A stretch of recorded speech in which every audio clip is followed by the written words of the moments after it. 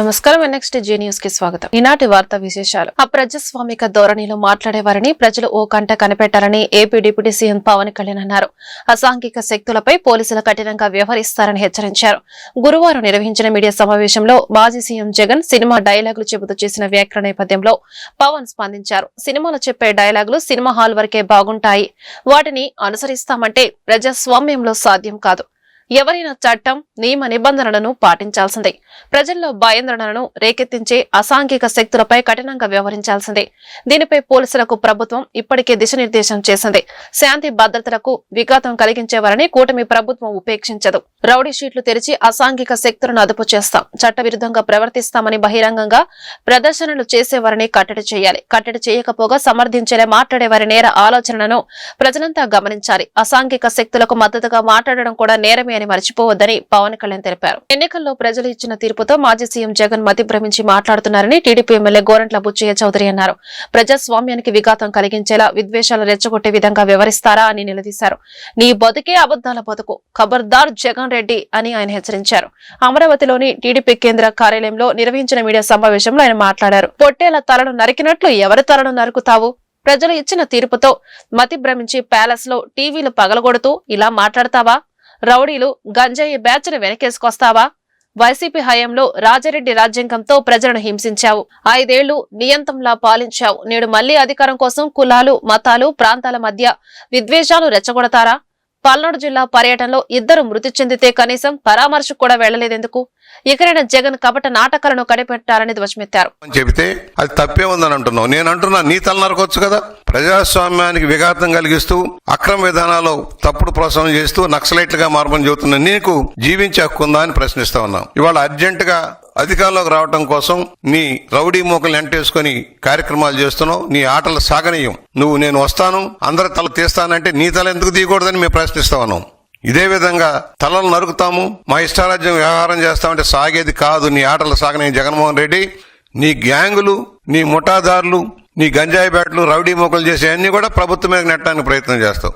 రాజారెడ్డి రాజ్యాంగం ఏంటి? చంపేయటం, నరికించటం, అమాయకులంతా బలి చేయటం, మైనింగ్ దోపిడీ చేయటం రాజారెడ్డి రాజ్యాంగం. అదే నువ్వు కొనసాగిస్తున్నావు. రప్పా రప్పా నరుకుతాం అనే వ్యాఖ్యలను మాజీ సీఎం జగన్ సమర్థించడం దారుణమని ఏపీ కాంగ్రెస్ అధ్యక్షురాలు వైఎస్ షర్మిల అన్నారు. ఒక పార్టీ అధ్యక్షుడిగా ఉండి సమాజానికి ఏం చెప్పదలుచుకున్నారని ఆమె ప్రశ్నించారు. జగన్ వ్యాఖ్యలు దురదృష్టకరమని, రెచ్చగొట్టే హింసాత్మక వ్యాఖ్యలు సరికాదన్నారు. నరుకుతాం, చంపుతాం, దుస్తులు ఊడదీస్తాం అని అనడమేంటని షర్మిల నిలదీశారు. వైసీపీ పార్టీకి నాయకుడిగా ఉండి కూడా జగన్మోహన్ రెడ్డి గారు ఇంత వయలెంట్ వ్యాఖ్యలు చేస్తున్నారు అంటే నిజంగానే చాలా ఆశ్చర్యంగా ఉంది. ఇది చాలా దురదృష్టకరం. మేము నరికేస్తాము, మేము చంపేస్తాము, మేము బట్టలు ఉడగిస్తాము, మేము ఎంటబడి కొడతాము, ఇవన్నీ ఒక నాయకుడిగా మాట్లాడాల్సిన మాటలు కావు. కాంగ్రెస్ పార్టీ దీన్ని ఖండిస్తుంది. జగన్మోహన్ రెడ్డి గారికి బీజేపీతో సత్సంబంధాలు ఉన్నాయి. జగన్మోహన్ రెడ్డి గారు ముమ్మాటికి మోడీ గారికి దత్తపుత్రుడే. అందుకే ఆ ఒక్క విషయంలోనే కాదు, ప్రతి విషయంలో కూడా మోడీ గారి సపోర్ట్ ఉంది కాబట్టే జగన్మోహన్ రెడ్డి గారు ఇంత విచ్చలవిడిగా, ఇంత బహిరంగంగానే ఇన్ని అరాచకాలు చేయగలుగుతున్నారు. వైసీపీ అధినేత మాజీ సీఎం వైఎస్ జగన్మోహన్ రెడ్డి పల్నాడు జిల్లా సత్తెనపల్లి నియోజకవర్గం రెంటపాల పర్యటనను అడ్డుకునేందుకే ప్రయత్నించి కూటమి ప్రభుత్వం విఫలమైందని మాజీ మంత్రి విడుదల రజని అన్నారు. వైఎస్ జగన్ రెంటపాల పర్యటనపై విడుదల రజని మాట్లాడారు. శుక్రవారం మీడియాతో మాట్లాడారు. పోలీసులతో కలిసి కూటమి ప్రభుత్వం ఎన్ని ఆంక్షలు విధించినా వైఎస్ జగన్ కు ప్రజలు ఘనస్వాగతం పలికారు. వైసీపీ శ్రేణుల్ని అడుగడుగున పోలీసులు అడ్డగించినా ఎవరూ భయపడలేదన్నారు. సత్తెనపల్లి పర్యటనలో వైఎస్ జగన్ కాన్వాయ్ ఢీకొని ఓ వ్యక్తి మరణించడాన్ని ఎల్లో మీడియా తప్పుడు ప్రచారం చేసిందని ఆరోపించారు. వైఎస్ జగన్ అంటే నమ్మకం, చంద్రబాబు అంటే మోసమని ప్రజలే చెబుతున్నారు. వైఎస్ జగన్ కు ప్రజల్లో అపూర్వ ఆదరణ లభిస్తోందని వ్యాఖ్యానించారు. ఈ సంవత్సర కాలంగా అనేక కార్యక్రమాల్లో భాగంగా జగన్మోహన్ రెడ్డి గారు రాష్ట్రంలో అనేక డిస్ట్రిక్ట్స్ కి రకరకాల కార్యక్రమాలలో భాగంగా టూర్ చేయడం జరుగుతూ ఉంది. మొన్న పల్నాడులో సత్తెనపల్లి నియోజకవర్గానికి సంబంధించి జగన్మోహన్ రెడ్డి గారు యొక్క రాక ఒక ప్రత్యేక పరిస్థితుల్లో ఒక ప్రత్యేకమైనటువంటి టూర్గా మనం చూడాల్సినటువంటి అవసరం ఉంది. ఎందుకంటే రిజల్ట్స్ వచ్చిన వెంబటే నాగమల్లేశ్వరరావు అనేటువంటి ఒక మా పార్టీకి సంబంధించినటువంటి ఉప సర్పంచ్, అతన్ని పోలీసుల యొక్క హరాస్మెంట్ తీవ్రమైన పోలీసుల యొక్క హ్యూమిలియేషన్, అంటే వాళ్ళు అన్నటువంటి మాటలు, పోలీసులు వేధించినటువంటి తీరుని భరించలేక, తట్టుకోలేక తను ఆత్మహత్య చేసుకోవడం, తను చనిపోవడం జరిగింది. మరి ఆ పోలీసుల యొక్క ప్రవర్తన వల్ల కూటమి ప్రభుత్వం అధికారంలోకి వస్తూనే తనని ఇబ్బంది పెట్టి తన మరణానికి కారణమైనటువంటి ఈ కూటమి ప్రభుత్వం మరి ఆ కుటుంబాన్ని పరామర్శించడానికి జగన్మోహన్ రెడ్డి గారు వస్తే పోలీసులు, నాకు తెలిసి జిల్లాలో ఉన్నటువంటి పోలీసు బలగాలన్నీ కూడా, యంత్రాంగాలన్నీ కూడా వచ్చి మొన్న ఈ కార్యక్రమానికి సంబంధించి ఎక్కడికక్కడ కూడా పూర్తి స్థాయిలో అన్ని మెజర్స్ తీసుకొని వాళ్ళు పకడ్బందీగా ఈ ప్రోగ్రామ్ ని విఐపి ఎవరైతే ప్రొటెక్టివ్ ఉన్నారో జగన్మోహన్ రెడ్డి గారికి సంబంధించినటువంటి ప్రొటెక్షన్ గురించి కాకుండా ఈ కార్యక్రమానికి విచ్చేస్తున్నటువంటి ప్రజల్ని అడ్డుకునేందుకు శత విధాలుగా ప్రయత్నం చేసి ఎక్కడికక్కడ అడ్డుకునేందుకు ఒక స్పెషల్ గైడ్ లైన్స్ ఇచ్చి ఈ పోలీసు బలగాలన్నీ కూడా వేల మంది సంఖ్యలో పోలీసులను డిప్లాయ్ చేసి ప్రోగ్రామ్ ని ఫెయిల్ చేసేటువంటి ఒక కార్యక్రమం, ఒక మ్యారథాన్ గా తీసుకొని పోలీసులు ఏ విధంగా ముందుకు వెళ్లారో రాష్ట్ర ప్రజానికం మొత్తం కూడా చూస్తుంది.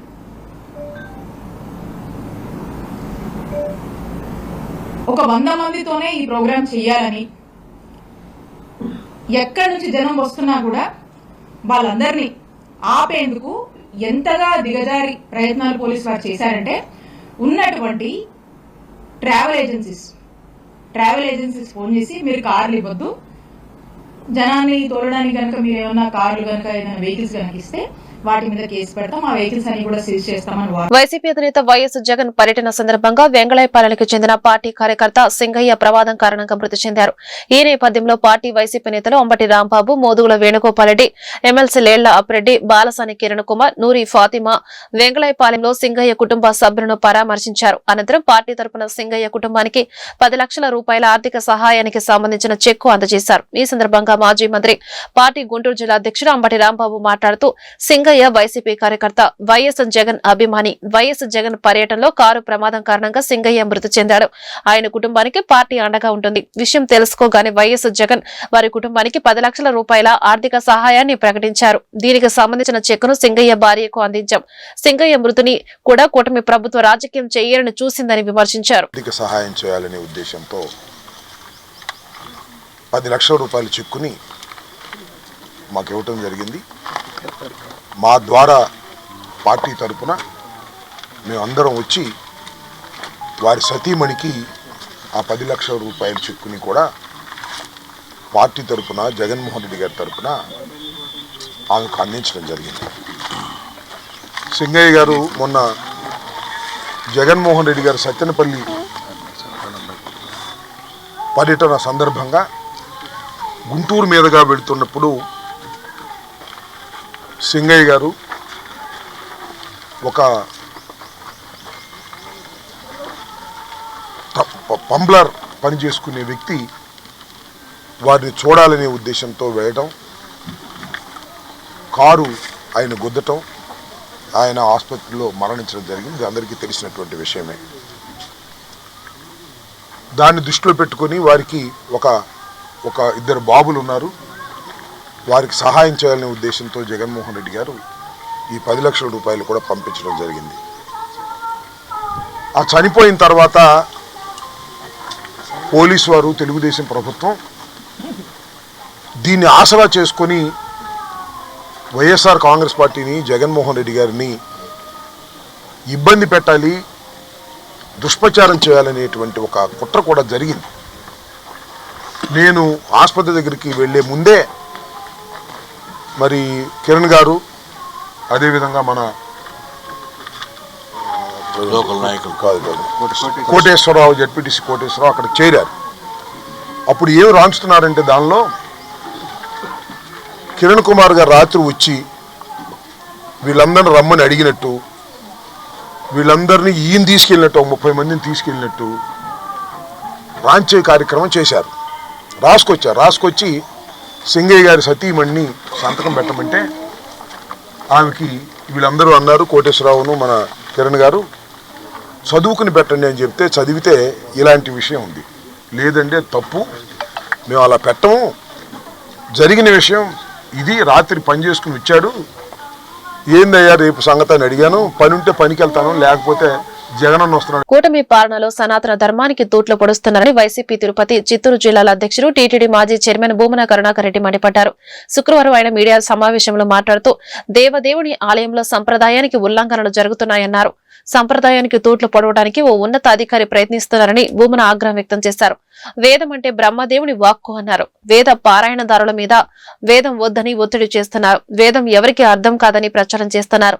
వేదాలను వేల సంవత్సరాలుగా కాపాడుకుంటూ వస్తున్నాం. కూటమి పాలనలో మన పూర్వీకులను అధికారులు అవమానిస్తున్నారని భూమన ధ్వజమెత్తారు. సాక్షాత్తు వెంకటేశ్వర స్వామి ఆలయంలో పనిచేసేటువంటి ఓ అధికారి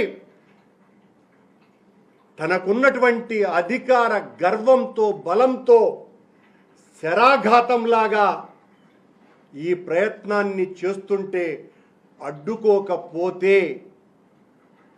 ఏ స్థితికి దిగజారుతామో ఒక్కసారిగా నేను దీన్ని రాజకీయం చేయటానికి కాదు, నేను ఇది సనాతన ధర్మాన్ని కాపాడాలని కంకణబద్ధులైనటువంటి హిందూ జాతికంతా కూడా తెలియపరుస్తున్నటువంటి విషయం. ఇది మన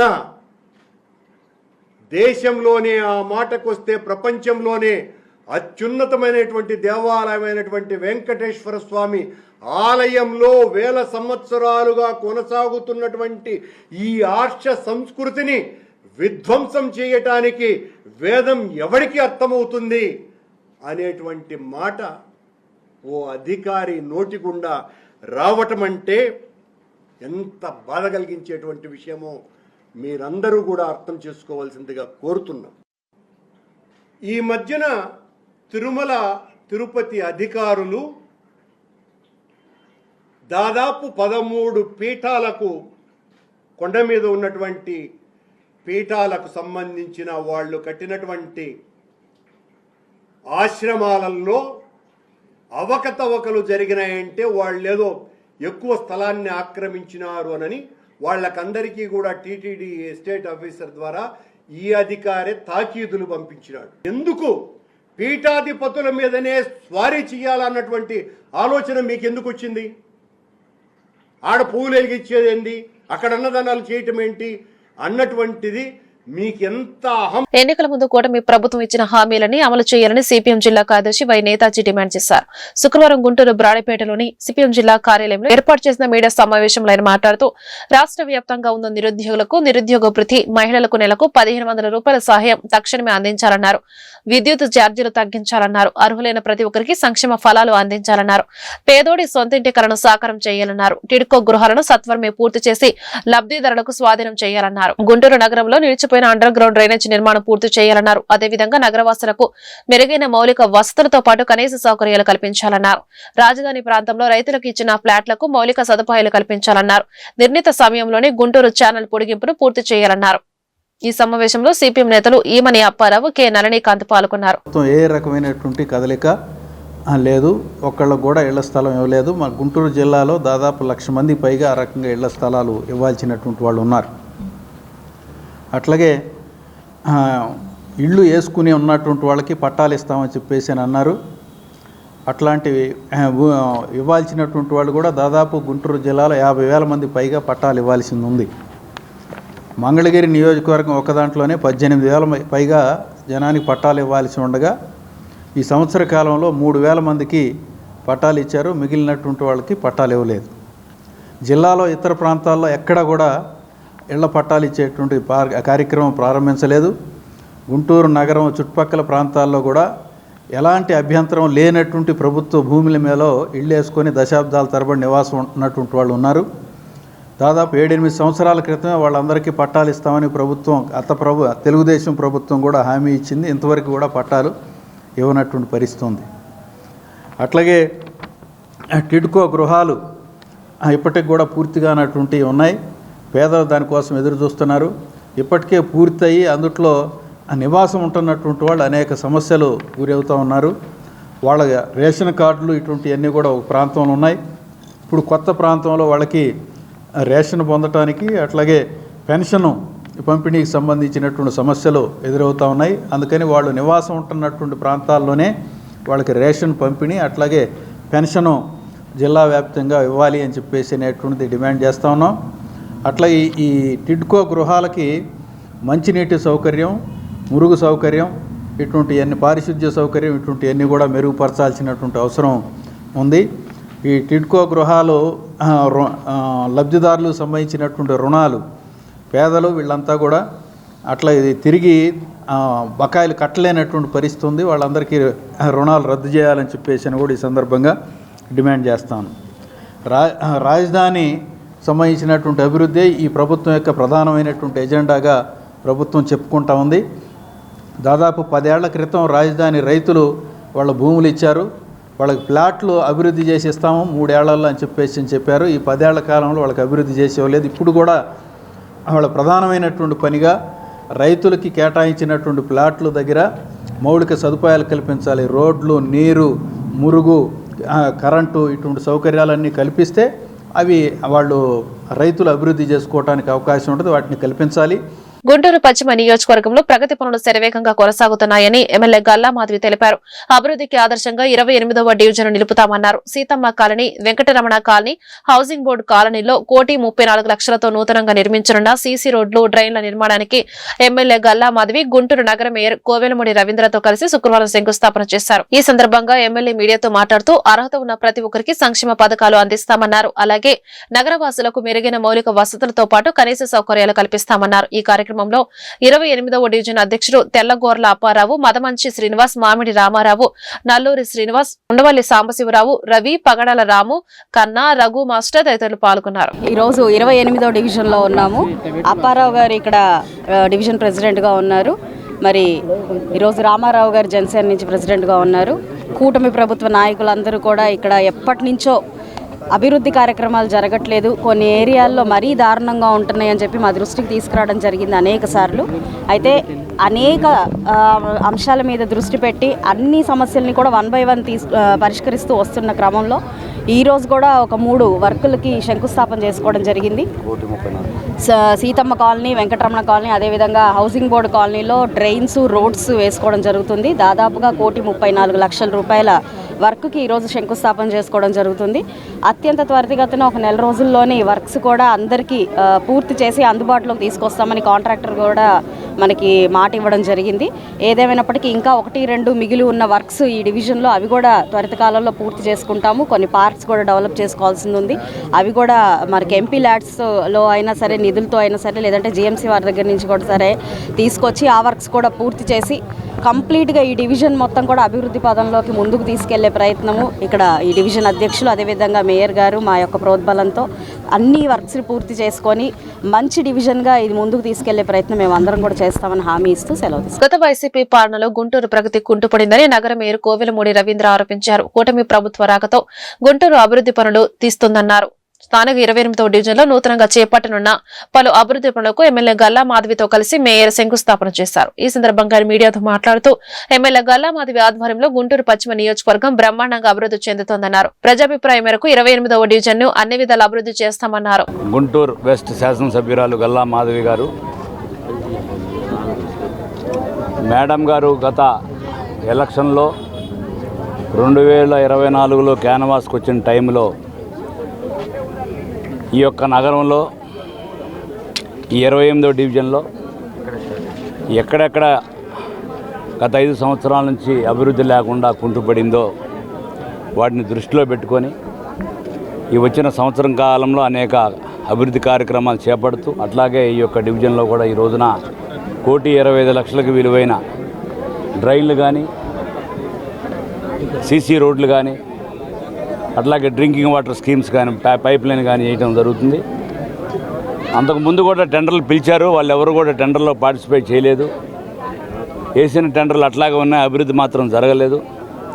తప్పకుండా వచ్చే 60 రోజుల్లో ఇవాళ ఏమైతే శంకుస్థాపన జరిగిందో అవన్నీ కూడా 60 రోజుల్లో కంప్లీట్ చేసి గుంటూరు వెస్ట్ కాన్స్టిట్యున్సీలో అభివృద్ధి పదంలో ముందుకు తీసుకెళ్తున్నారు మేడం గారు. అట్లాగే కార్పొరేషన్ సిబ్బంది, కమిషనర్ గారు, ఈ డివిజన్ అధ్యక్షుడు ఏపీ యాదవ్ గారు, సీనియర్ తెలుగుదేశం కూటమి నాయకులు, అట్లాగే డివిజన్ అధ్యక్షులు కార్పొరేటర్ సుబ్బారెడ్డి గారు, వివిధ అందరూ కలిసి ఈ అభివృద్ధి కార్యక్రమంలో పాలు పంచుకోండి.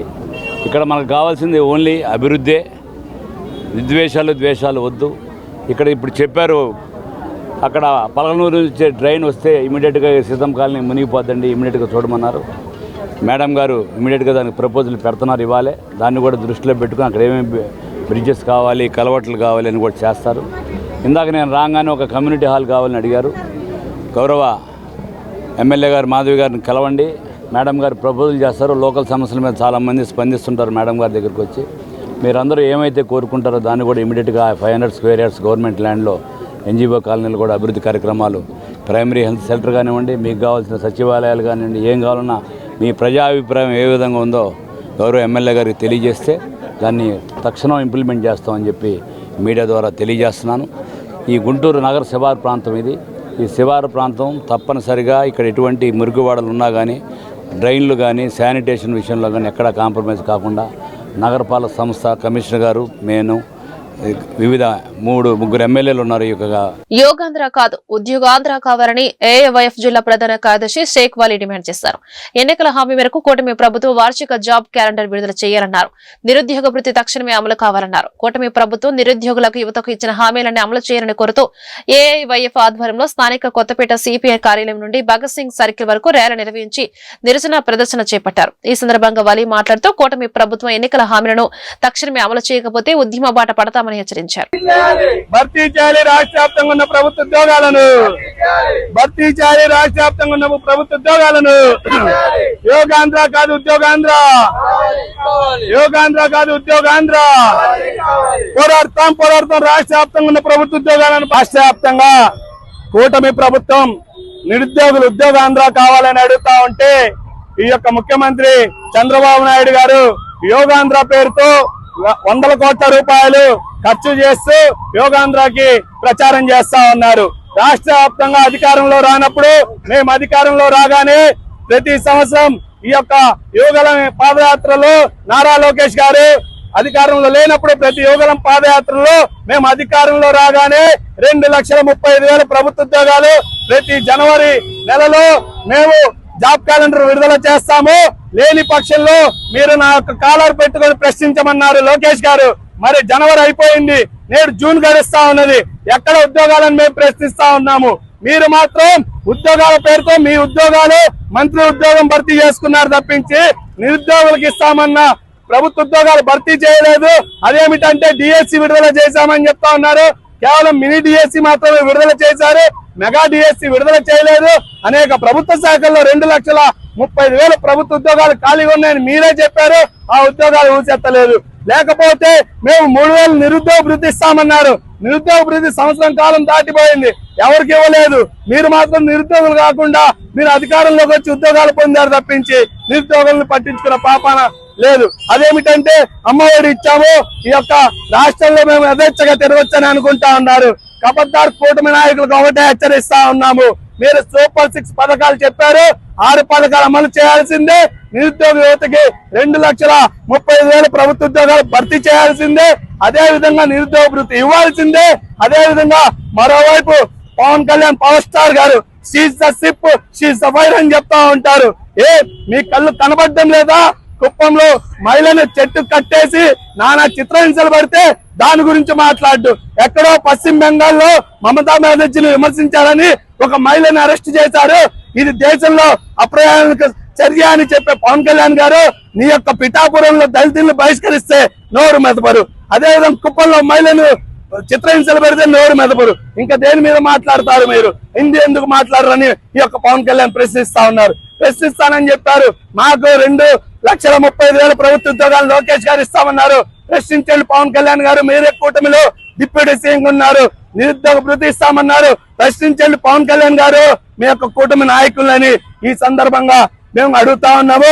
గుంటూరు నగరం లక్ష్మీపురం మెయిన్ రోడ్ లోని అన్నపూర్ణ ది రాయల్ హోటల్లో భీమా జ్యువెలర్స్ వారి ఆధ్వర్యంలో జ్యువెలరీ ఎగ్జిబిషన్ ను ప్రారంభించారు. 3 రోజుల పాటు జరగనున్న ఈ జ్యువెలరీ ఎగ్జిబిషన్ షోకి గుంటూరు పశ్చిమ నియోజకవర్గ ఎమ్మెల్యే గల్లా మాధవి ముఖ్య అతిథిగా హాజరై ప్రారంభించారు. ఈ సందర్భంగా ఎమ్మెల్యే గల్లా మాధవి మాట్లాడుతూ సుమారు 100 సంవత్సరాలకు పైగా చరిత్ర కలిగిన భీమా జ్యువెలరీ గుంటూరు నగరంలో తమ జ్యువెలరీ ఎగ్జిబిషన్ షోను ప్రారంభించడం ఆనందదాయకమని అన్నారు. అత్యాధునిక డిజైన్లతో కూడిన అత్యధిక వెరైటీ ఆభరణాలు ఈ జ్యువెలరీ షోలో అందుబాటులో ఉన్నాయని గుంటూరు నగర మరియు పరిసర ప్రాంతవాసులు ఈ అవకాశాన్ని సద్వినియోగం చేసుకోవాలని వారు కోరారు. ఈ కార్యక్రమంలో Bhima jewellery show operation head Manjesh, manager Naveen Kumar తదితరులు పాల్గొన్నారు.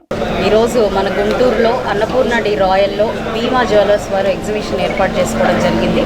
మరి భీమా జ్యువెలర్స్ అంటేనే మనందరికీ తెలుసు, చాలా ప్రాచీనమైంది, ఒక 100 సంవత్సరాల లెగసీ ఉన్న ఒక షోరూమ్ ఇది. మరి 1925లోనే ఈ యొక్క భీమా జ్యువెలర్స్ కేరళ ప్రెసిడెన్సీలో స్టార్ట్ చేసుకొని చాలా సక్సెస్ఫుల్గా యావత్ భారతదేశము అదేవిధంగా యూఏఈతో కలిపి పాన్ ఇండియా షోరూమ్గా ఈరోజు విరాసిల్లుతూ ఉంది. ఎందరో కస్టమర్ యొక్క ఆదరాభిమానాన్ని చొరగొంటూ ఇప్పటికీ ట్రస్ట్ వర్తీగా ముందుకు సాగుతున్న భీమా జ్యువెలర్స్ ఈరోజు మన గుంటూరులో కూడా ఒక ఎగ్జిబిషన్ ఏర్పాటు చేసుకొని రానున్న రోజుల్లో గుంటూరులో కూడా వారి షోరూమ్ని ఓపెన్ చేసుకోవాలని అనుకుంటున్నారు. మరి గుంటూరు ప్రజలందరూ కూడా ఆభరణాలకి వస్త్రాలకి ఎప్పుడు ఆదరాభిమానాలు కనబరుస్తూనే ఉంటారు. కాంటెంపరీ స్టైల్స్ అన్నీ కూడా గుంటూరు ప్రజలు చాలా ముందే ఆకట్టుకుని వాళ్ళు హక్కును చేర్చుకునే ప్రజలందరూ కూడా మనకి కృష్ణా గుంటూరు జిల్లాలో ఆడవారందరూ కనపడుతూ ఉంటారు. ఈ నేపథ్యంలో ఖచ్చితంగా వీరికి మంచి ఆదరణ లభిస్తుంది. గుంటూరు ప్రాంతానికి కనుక విచ్చేస్తే ఇప్పటికే భీమవరం, విజయవాడలో వాళ్ళు షోరూమ్స్ని పెట్టి ప్రజలందరి యొక్క ఆకాంక్షల్ని నెరవేరుస్తూ ముందుకు వెళ్తూ ఉన్నారు. ఇదే క్రమంలో గుంటూరులో కూడా ఏర్పాటు చేశారు. అందరూ కూడా ఈ యొక్క ఎగ్జిబిషన్కి విచ్చేసి వారి డిజైన్స్ని, వారి యొక్క పనితీరుని చూసి ఆదరించాల్సిందిగా నేను కోరుకుంటున్నాను. మంజూష్ గారు దీనికి వీరి ఆధ్వర్యంలో ఈ యొక్క ఎగ్జిబిషన్స్ కానివ్వండి, ఈ షోరూమ్స్ కానివ్వండి నిర్వహణ జరుగుతూ ఉంది అని తెలియపరిచారు. వారందరికీ భీమా జ్యువెలర్స్ టీం అందరికీ కూడా శుభాకాంక్షలు చెప్తూ, గుంటూరుకు విచ్చేసినందుకు వాళ్ళకి వెల్కమ్ చెప్తూ, ఈ యొక్క కార్యక్రమంలో నన్ను భాగస్వాములుగా చేసినందుకు ధన్యవాదాలు చెప్తూ సెలవు తీసుకుంటాను. రాజధాని అమరావతి ప్రాంతంలో ఉన్న మహిళలపై అసభ్యకర వ్యాఖ్యలు చేసిన కేసులో గుంటూరు జిల్లా జైలులో రిమాండ్ ఖైదీగా ఉన్న సీనియర్ జర్నలిస్ట్ కృష్ణంరాజును 3 రోజుల పాటు కస్టడీకి అనుమతించని మంగళగిరి కోర్టు. వైద్య పరీక్షల నిమిత్తం కృష్ణంరాజును గుంటూరు జిల్లా జైలు నుంచి జీజీహెచ్ కు తీసుకొచ్చిన పోలీసులు. వైద్య పరీక్షల అనంతరం పోలీస్ వ్యాన్ లో తుళ్లూరు పోలీస్ స్టేషన్ కు తరలించిన పోలీసులు.